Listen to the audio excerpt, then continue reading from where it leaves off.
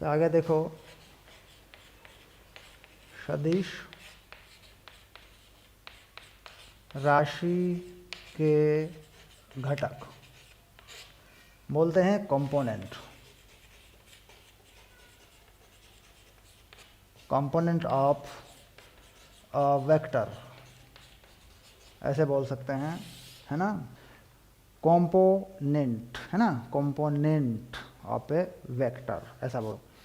सदिश राशि के घटक, ज़रूरत क्या है घटक बनाने की। देखिए होता क्या है कि मान लीजिए हम दिशाओं को निर्धारित करते हैं, दिशा, डायरेक्शन या डायमेंशन, और जिस दिशा में हम कुछ निर्धारण करते हैं, जिस दिशा में कोई गति होनी होती है, जिस दिशा में कोई परिवर्तन होना होता है, उस दिशा में दूसरी भौतिक राशि जिस पर वो परिवर्तन निर्भर करता है वो नहीं होती है। तो उसका प्रभाव कितना पड़ेगा, क्योंकि हमें गणना जिस दिशा में करनी है उस दिशा में हमारे पास वो भौतिक राशि नहीं है जिसके कारण से वो परिवर्तन होता है। अब देखो उदाहरण समझ लो, मान लीजिए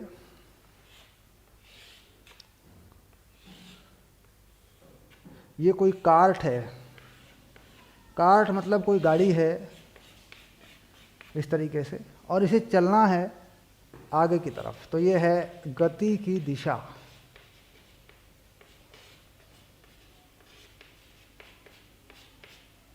ये इसकी गति की दिशा है, ठीक। यानी इसमें कोई विस्थापन होना है तो आगे की तरफ होना है। लेकिन अब कोई व्यक्ति मान लीजिए इस पे बल लगा देता है इस तरफ को, ये लगा दिया बल ऐसे, और यहाँ इनके बीच में कोई कोण बना हुआ है, कोण है थीटा। अब इस बल का प्रभाव गति की दिशा में कितना होगा, इसके लिए एक शर्त है कि हमें इस बल को इस तरीके से लेना होगा कि एक प्रभाव इसका गति की दिशा में हो और इसका दूसरा प्रभाव गति की दिशा के लंबवत हो जाए, ताकि उसका फिर प्रभाव गति पर ना हो। क्योंकि मान लीजिए इस बल का प्रभाव मुझे ऐसे करना है कि एक तो इसका प्रभाव गति की दिशा में कितना है मुझे ये पता चल जाए, मैं पता लगा लूँगा कि इसमें कितनी गति होनी है, इसमें कितना त्वरण आना है, इसमें कितना विस्थापन वेग वगैरह बनेंगे। एक मैं इस बल का प्रभाव ऐसा बना दूं कि उस प्रभाव का इस गति की दिशा में फर्क ना पड़े।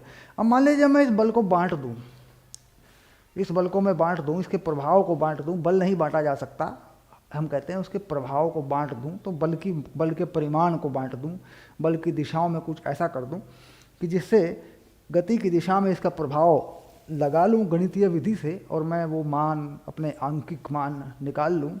हालांकि प्रयोग में ये सत्य नहीं है, ये सिर्फ एक गणितीय विधि है, एक तरीका है निकालने का जिसके परिमाण सही होते हैं, यानी परिमाण तक पहुंचने का एक तरीका है। वास्तव में घटक कुछ होता नहीं है, यानी कंपोनेंट कुछ नहीं होता है, वो सिर्फ एक गणितीय विधि है, एक जोड़ने का, घटाने का या हल करने का एक तरीका है। दिशाओं में निरूपण जिसे कहते हैं, किसी भी सदिश का अलग अलग दिशाओं में एक निरूपण है, बस एक रिप्रेजेंटेशन है, ठीक है। अब बात आई कि अब मैं इसके घटक ऐसे बनाऊं कि एक तो बना दूं गति की दिशा में, इस तरफ बना दूं एफ का कोई घटक, और एक बना दूं इसके ऊपर ऐसे, यह भी एफ का कोई घटक बना दूं ऐसे, ठीक। तो ये बात सही परिमाण नहीं देगी मुझे, सही मुझे पता नहीं चलेगा इससे, क्योंकि ये जो घटक बना है देखो ये गति की दिशा के लंबवत नहीं बना है। मान लीजिए ये बनाया मैंने, एक गति की दिशा में तो मैंने बना दिया, ये रहा गति की दिशा का तो मैंने बना दिया, लेकिन दूसरा जो घटक बना है वो गति की दिशा में नहीं बना, बल्कि गति की दिशा से मतलब लंबवत नहीं बना, उसका प्रभाव भी इसके ऊपर फिर पड़ेगा। क्योंकि ये घटक देखिए कहाँ है, ये घटक लंबवत घटक नहीं है, इसका भी प्रभाव पड़ जाएगा गति की दिशा में। तो मैं कह रहा हूं कि इस बल का प्रभाव ऐसा बनाओ कि एक प्रभाव इसका लंबवत हो जाए, ताकि वो जो लंबवत प्रभाव है उसका प्रभाव वापस गति की दिशा पे ना पड़े, वो अलग हो जाए और एक गति की दिशा पे हो जाए। तो इसका मतलब ये होता है कि मुझे यहाँ ऐसे दो घटक जिसे हम कहते हैं, ऐसे दो हिस्से, ऐसे दो प्रभाव, घटक का मतलब है प्रभाव, किसी दिशा में प्रभाव, ये मान के चलो आप। तो मुझे ऐप के ऐसे दो हिस्से, ऐसे दो घटक, ऐसे दो प्रभाव, जो भी कहो, कंपोनेंट कहो, करने पड़ेंगे। ये एक गति की दिशा में हो, एक गति की दिशा के लंबवत हो, परपेंडिकुलर। तो वो जो परपेंडिकुलर वाला होगा उसका प्रभाव गति की दिशा पे नहीं पड़ेगा। तो फिर मैं गति की दिशा में जो भी मुझे निकालना है, त्वरण निकालना है, फिर वेग निकालना है, फिर विस्थापन निकालना है, बहुत सारी चीज़ें हैं। तो मुझे ये तय करना पड़ेगा पहले कि गति की दिशा क्या है, बल का प्रभाव किस तरफ निकालना है, उस तरफ फिर वो बल का प्रभाव मुझे बनाना पड़ेगा, उसे मैं घटक कहूँगा। उसके लंबवत दिशा में जो उसका प्रभाव होगा, सदिश राशि कोई भी हो, बल हो, विस्थापन हो, जो भी हो, वेग हो, कुछ भी हो, उसके बाद जो लंबवत दिशा में प्रभाव हो जाएगा, वो प्रभाव उस गति की दिशा में काम नहीं करेगा। हो सकता है वो दूसरी उसी दिशा में काम करे, उसमें कोई गति हो, कोई गति ना हो। अब देखो उसको भी मैं समझा देता हूँ। मान लीजिए मैंने इस बल का प्रभाव लंबवत दिशा में निकाला, सपोज मैंने इसको ऐसे बनाया कि मैंने इसका एक प्रभाव इस दिशा में भी निकाल लिया, एफ घटक, यानी एफ का एक घटक ऊपर ही बना दिया मैंने। अब इसका जो भार है, अगर देखें इस कार्ट का, इस वस्तु का जो भार है वो नीचे की तरफ काम कर रहा है। उसे मान लेते हैं भार, लिख देता हूँ उसको मैं, जो होता है mg के बराबर। सामान्यतः mg के बराबर होता है। बाकी ऐसी परिस्थितियाँ होती हैं जहाँ mg से कम ज़्यादा, त्वरण, गुरुत्व त्वरण क्या है, वो सारी बातें होती हैं। लेकिन सामान्यतः क्या है, मान लिया मैंने कि भाई mg है, या मैंने उसे भार लिख दिया। अब मान लीजिए ये वस्तु, ये जो एफ का ये वाला घटक है, ये mg से बड़ा है, यानी ये जो घटक है ये बड़ा है भार से, सपोज। तो ये वस्तु इस तल पे कहाँ चलेगी? इस तल पे नहीं चलेगी। ये वस्तु ऊपर भी उठ जाएगी, ये वस्तु लंबवत दिशा में भी चलेगी, और आगे की तरफ लग रहा घटक आगे की तरफ काम करेगा, तो ये वस्तु आगे की तरफ भी चलेगी। तो यानी ये वस्तु इस तल पे नहीं चलेगी, फिर ये वस्तु उड़ते हुए चलेगी हवा में ऊपर की तरफ। जैसे मान लीजिए मैं रस्सी मानूं, गुटका लगाऊं कोई लकड़ी का, उसमें झटका मार दूं, तो वो ज़मीन पे ना चले, हवा में उठ के आए मेरे साथ। तो कुल मिला के अब मैं कह रहा हूँ कि ऊपर की तरफ मान लो नहीं चलाना, वस्तु को ऊपर हवा में नहीं उड़ाना, इस तल पे चलाना है। तो इससे क्या है कि जो लंबवत घटक है और भार है, उसकी शर्त है कि वो इतना ना हो कि भार से ज़्यादा हो जाए, वो भार से कम रहे ऐसे, और उसका प्रभाव निरस्त हो जाए, पर भार उसके प्रभाव को निरस्त कर दे। क्यों? एक बल ऊपर लगा, एक नीचे लगा, तो क्या होगा? प्रभाव निरस्त हो गया।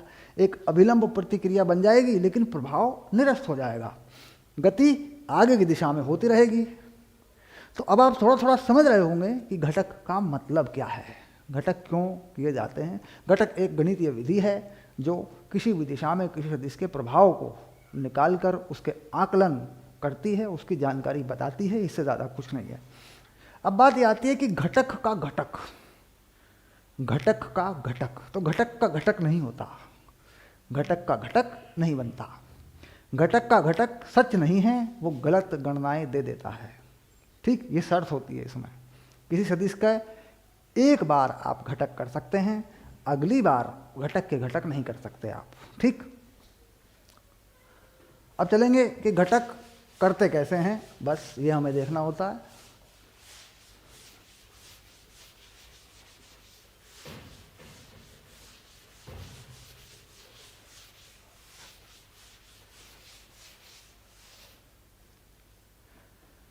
घटक करने का सामान्य और बिल्कुल सरल सा तरीका है कि जिस दिशा में प्रभाव देखना है, पहले उस दिशा को बनाएं। मान लीजिए मुझे इस दिशा में प्रभाव देखना है, ये डायरेक्शन है, और दूसरी कोई जो सदिश राशि है जो काम कर रही है, यहाँ पर बल है, त्वरण है, वेग है, जो भी है, वो इस दिशा से भिन्न है।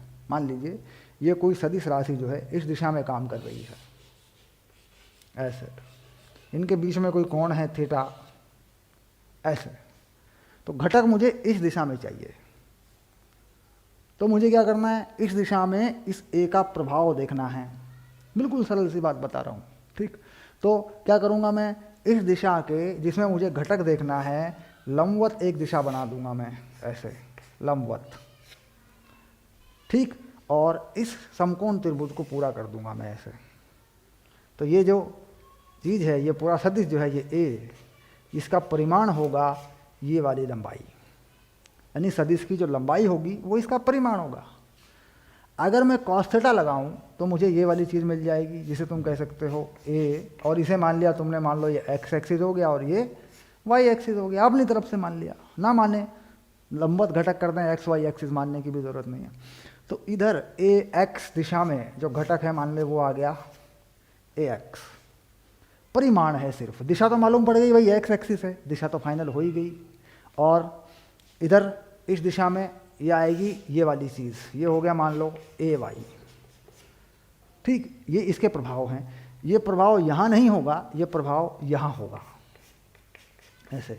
तो देखते हैं एक आयत बना, आयताकार में आमने सामने की भुजाओं की लंबाइयाँ बराबर होती हैं, तो एक प्रभाव यहाँ है, एक प्रभाव यहाँ है, ऐसे यूँ, ठीक। तो ये जो यहाँ का प्रभाव है, अगर इसे देखें, ये मिलेगा तुम्हें cos थीटा से, cos थीटा ए एक्स बटे ए का परिमाण, ये प्रभाव है x दिशा में। और यहाँ का जो प्रभाव है वो तुम्हें मिलेगा ए वाई, वो होगा साइन थीटा से, है ना, साइन थीटा से मिलेगा। साइन थीटा लिखो पहले, बाद में बनाएंगे। साइन थीटा ए वाई बटे वेक्टर ए का परिमाण, ठीक। तो अगर तुम देखो तो तुम्हें ए एक्स कितना मिल गया, ए एक्स मिल गया तुम्हें वेक्टर ए का परिमाण और कॉस थीटा। और अगर तुम देखो ए वाई तुम्हें कितना मिल गया, तो ए वाई मिल गया तुम्हें सदिश ए का परिमाण और साइन थीटा। तो अब तुम देखोगे कि ये सदिश नहीं रहे, इनमें कुछ सदिश नहीं रहा, ये मामला परिमाणों में आ गया है, परिमाण हो गए हैं अब ये, और लेकिन इनकी दिशाएं लंबवत हैं। तो क्या वास्तव में ये सदिश इन दिशाओं में काम करता है? नहीं करता। सदिश अपनी दिशा में काम करता है, सदिश जहाँ है वहीं काम करता है, ठीक। उसका प्रभाव फैला होता है, उसका प्रभाव सभी दिशाओं में फैला होता है। अब मान लीजिए सभी दिशाओं में फैलने का मतलब ये है कि उसका जब कोई परिवर्तन वो करेगा, जब वो कोई परिवर्तन करेगा तो हम घटक विधि से उसके प्रभाव को निकाल सकते हैं, उसका परिमाण निकाल सकते हैं। फिर हम उससे बाकी चीज़ें निकालना चाहते हैं, कुछ और ऐसी गणनाएं करना चाहते हैं, तो वो प्रभाव के हिसाब से हो जाती हैं और अंतिम परिणाम हमें ठीक मिल जाते हैं। यानी अलग अलग दिशाओं में किसी सदिश के प्रभाव को ले जाकर गणनाएं करने का एक तरीका है, बस, और कुछ नहीं है, ठीक। अब बात यह आई, अब इसको सरलतम रूप देते हैं। सदिश लिखा मैंने, मान लीजिए ये सदिश है, मैं इसको ऐसे दे दूं सदिश ए। तो ये कैसा है सदिश? देखो ये है A X I cap A Y J cap, इस तरीके से देखा जाए, यानी ये कितना प्रभाव डाल रहा है एक्स एक्स पर, ये प्रभाव डाल रहा है ए एक्स के बराबर, और वाई एक्स पर ये कितना प्रभाव डाल रहा है ए वाई के बराबर, ठीक। तो ये इसका सदिश निरूपण हो गया। अब देखें ए एक्स कितना है, ए एक्स कितना आया, अगर थीटा के हिसाब से देखें तो ये है ए का परिमाण कॉस थीटा आई कैप, और ये है ए का परिमाण साइन थीटा जे कैप, ठीक। यानी आई के साथ जो नंबर लिखा है वो क्या है, एक्स अक्ष का घटक है, और जो जे के साथ नंबर लिखा है वो क्या है, वाई अक्ष का घटक है। तो घटक बन गए, ठीक। अब जैसे मान लीजिए घटक बनाऊं मैं, मान लो मैं एक सदिश लिख दूं, कोई बी सदिश लिख दूं, मैं कह रहा हूं कि ये है 5 आई कैप 3 जे कैप। इसका मतलब क्या है कि ये सदिश एक्स अक्ष पर 5 इकाई है और वाई अक्ष पर 3 इकाई का है, यानी इसका जो परिमाण है वो 5 और 3 है, एक पे 5 है, एक पे 3 है। अब ये कोई परिवर्तन मान लीजिए एक्स अक्ष पर करता है तो 5 के अनुसार करता है, और अगर ये कोई परिवर्तन वाई अक्ष पे करता है तो 3 के अनुसार करता है, ठीक। तो ये जो चीज़ है इसे कह सकते हो घटक, ठीक। अब अगर सब कुछ इस तरीके से वेक्टर में सदिश में जिसमें कुछ ऐसे दिया नहीं है ज़्यादा, तो सिर्फ परिमाण कुछ दे रखे हैं, सदिश सदिश का चक्कर नहीं है ज़्यादा, थीटा दे रखा है तो सिंपली बना सकते हो। देखो मान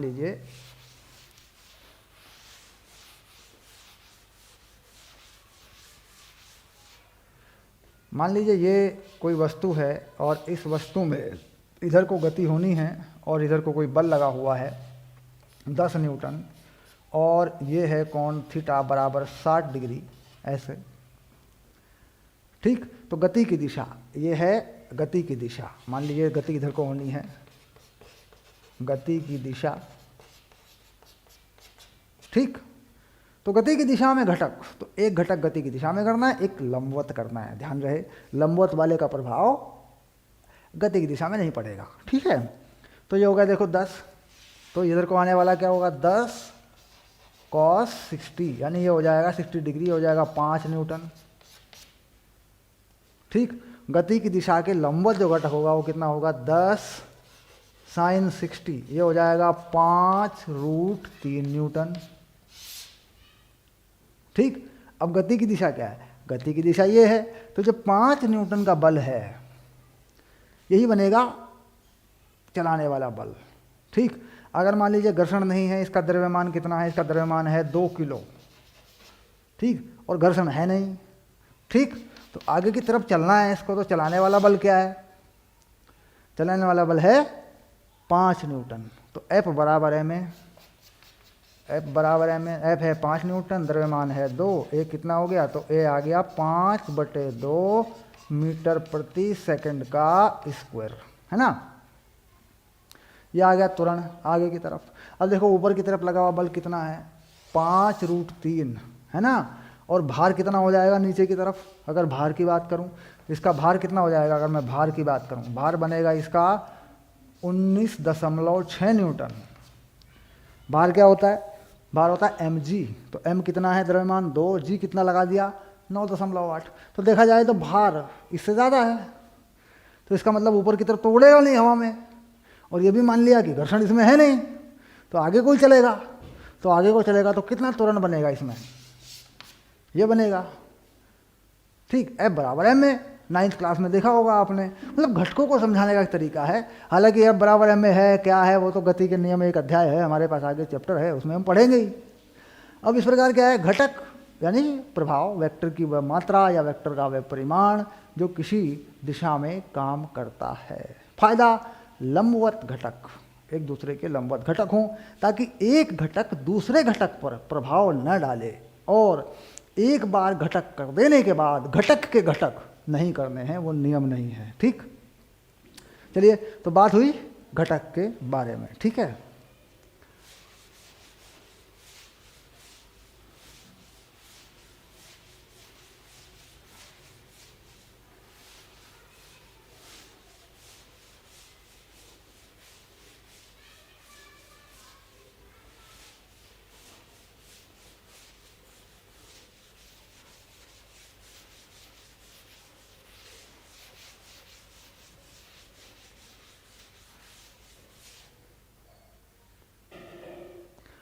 अब अगर मान लीजिए हमें घटक ढूंढने हैं, कोई दो दिशाएं बनानी है, गति की दिशा निर्धारित करनी है, तो उस हिसाब से बिल्कुल सरल है। एक उदाहरण देता हूं मैं आपको। मान लीजिए ये कोई तिरछा तल है, इसे कहते हैं आनत तल, ऐसे, ठीक। और ये विराम अवस्था में रखा है, ये फिक्स है, ये विराम अवस्था में है, ऐसे, ठीक। इस पे किसी वस्तु को मतलब छोड़ दिया जाए, ऐसे कोई वस्तु छोड़ दें इस पे ऐसे, और ये नीचे की तरफ आ रही है, और ये कोण है थीटा, सरकते हुए आ रही है, ठीक, लुढ़कते हुए आ रही है, ठीक। घर्षण नहीं है, घर्षण बल नहीं है, होगा तो गति की विपरीत दिशा में होगा, कोई बड़ी बात नहीं है। तो किस बल के कारण ये आ रही है नीचे की तरफ, उस बल का इसकी गति की दिशा में क्या प्रभाव है और इसकी लंबवत दिशा में क्या प्रभाव है, ये आपको देखना होता है, ठीक। तो टोटल बल का प्रभाव क्या है, बल बनेगा कैसे, सारी बातें तो ठीक है, गति के नियम में हम पढ़ेंगे, लेकिन फिलहाल क्या है, घटक महत्वपूर्ण है, घटक कैसे काम करेगा। अब देखो इस पर नीचे की तरफ लगना है इसका भार, जिसे कहते हैं mg। मान लीजिए और कोई बल नहीं है और ये गुरुत्वाकर्षण बल में है, जैसा कि हम हैं अभी, तो नीचे की तरफ क्या काम करेगा, mg। अब देखा जाए तो गति की दिशा और mg के बीच में एक कोण है, देखिए ये रहा वो कोण, ये रहा। अब ये कोण कितना है, देखो ये कोण कितना है थीटा, ये कितना है 90, तो ये कोण कितना है, ये कोण है 90 माइनस थीटा, ये कोण पड़ेगा 90 माइनस थीटा, क्योंकि समकोण त्रिभुज बना दिया मैंने। अब लगा हुआ बल ये है, गति की दिशा ये है, उनके बीच का कोण 90 माइनस थीटा है। तो यानी ऐसे बना के देख लूँ कि ये लगा हुआ बल है mg, गति की दिशा ये है,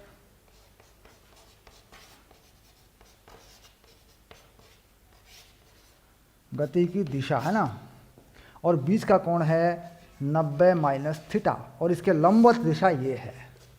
ये क्या है, लंबवत दिशा।